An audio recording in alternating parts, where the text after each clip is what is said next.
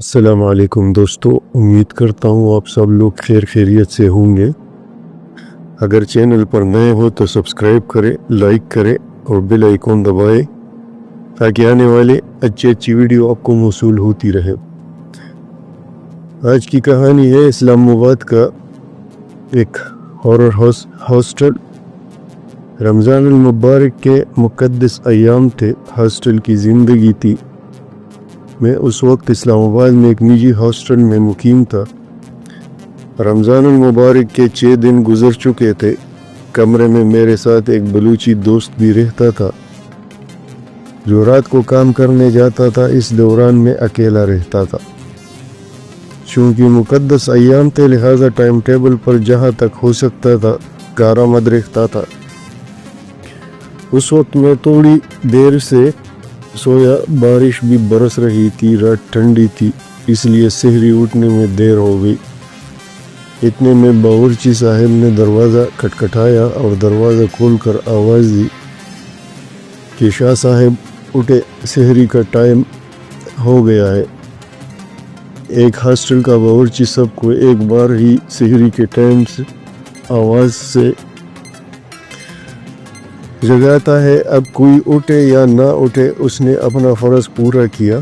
حالانکہ آواز دینا بھی اس کا کام نہیں ہے، لیکن اللہ اس کا بھلا کرے، جہاں بھی ہو وہ صرف مجھے تمام ہاسٹل میں بار بار آواز دیتا تھا، کیونکہ وہ سمجھتا تھا کہ باقی کوئی اٹھے یا نہ اٹھے شاہ صاحب یعنی مجھے اٹھانا چاہیے۔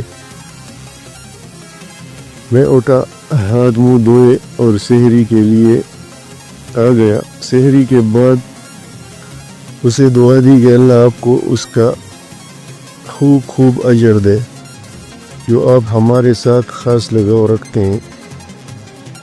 اس کے بعد میں نے پانی پیا اور آنکھیں بند کر لی۔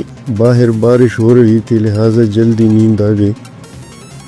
میں نے کافی کوشش کی کہ میری آنکھیں بند نہ ہو، لیکن اذان سنتے سنتے سو گیا۔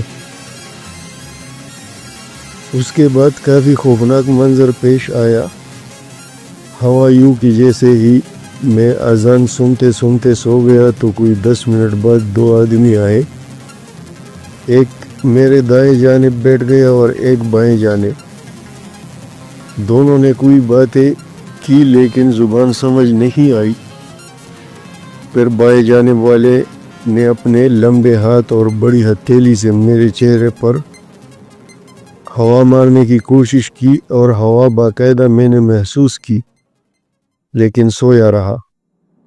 انہوں نے مجھے نماز فجر کے لیے اٹھانے کی کوشش کی، اٹھانے میں ناکامی پر وہ دونوں اٹھ کر چلے گئے۔